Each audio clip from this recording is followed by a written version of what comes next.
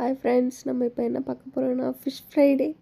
ஃபிஷ்ஷை நல்லா வாஷ் பண்ணி எடுத்துக்கிட்டு கொஞ்சமாக இஞ்சி பூண்டு பேஸ்ட்டு, சில்லி பவுடர், கார்லிக் எல்லாத்தையும் மிக்சியில் கொஞ்சமாக அரைச்சி கொஞ்சமாக மிளகாத்தூள், நம்ம மீனுக்கு தேவையான அளவுக்கு,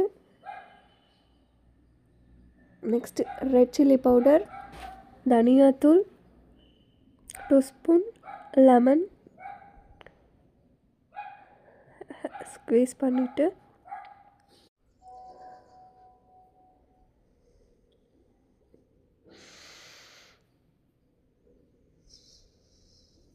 கொஞ்சமாக தேவையான அளவுக்கு ஆயில் போட்டு கொஞ்சமாக சால்ட் போட்டு நல்லா மிக்ஸ் பண்ணிக்கிட்டு நல்லா மிக்ஸ் பண்ணிக்கணும்.